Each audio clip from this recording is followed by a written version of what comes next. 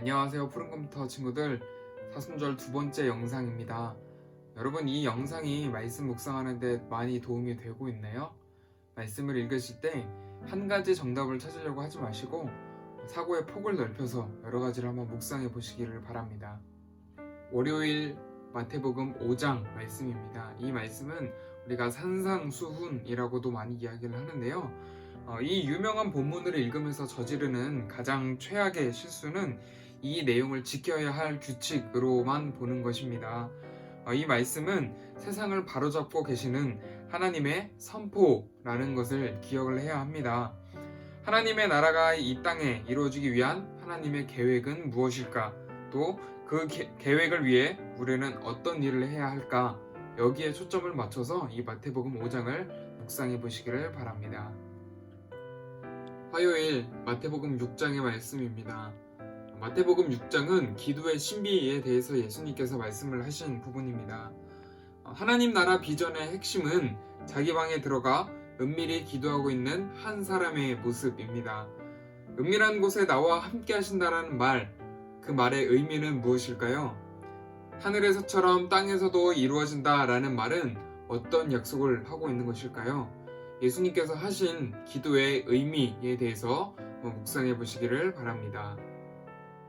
수요일은 마태복음 7장입니다. 이 말씀은 예수님께서 거짓 선지자를 가지고 이야기를 나누셨는데요. 거짓 선지자와 진짜 선지자를 구별할 수 있는 유일한 지침은 바로 나무입니다. 삶의 열매를 통해 어떤 자인지를 확인하는 것이죠.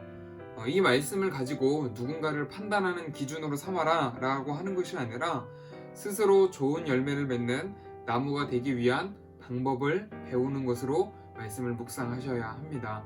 예수님께서 말씀하신 그 나무의 의미를 생각해 보시기를 바랍니다. 목요일 마태복음 8장입니다. 마태복음 8장은 여러 가지 기적들이 등장을 합니다.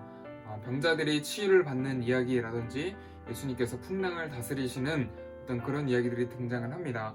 여러분, 이 말씀을 읽으실 때 기적의 현장으로 들어가셔서 당시의 상황이 어땠을지를 상상해 보면서 읽으시면 많은 도움이 될 수 있습니다. 풍랑 속에서 무사히 귀환하려면 노를 저어야지 믿음이 필요한 상황이 아닙니다. 그런데 왜 예수님은 믿음을 이야기하셨을까요? 풍랑 속에서 그가 이런 일을 일으키도록 하기 위해서 예수를 깨워야 할 거라고는 결코 생각하지 못했는데 왜 그렇게 하셨을까요?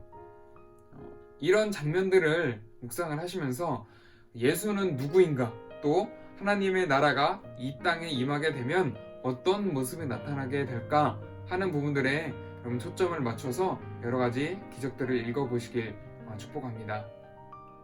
금요일 마태복음 9장의 말씀입니다. 마태복음 9장에는 예수님의 가르침이 등장을 합니다. 여러분, 낡은 어떤 기계가 있다라고 한번 상상을 해보십시오. 그 기계가 낡았지만 오랜 추억이 담겨져 있다면 우리는 그 기계에 애착을 갖기 마련입니다. 예수님은 이 땅에 새로운 하나님의 나라를 세워가고자 하셨는데 그 땅에 있는 사람들은 여전히 이전의 삶의 방식에 애착을 가지고 있었습니다. 그래서 이스라엘 사람들은 현재의 삶의 방식을 인정하고 지지해 줄 것이라고 생각을 했던 것이죠.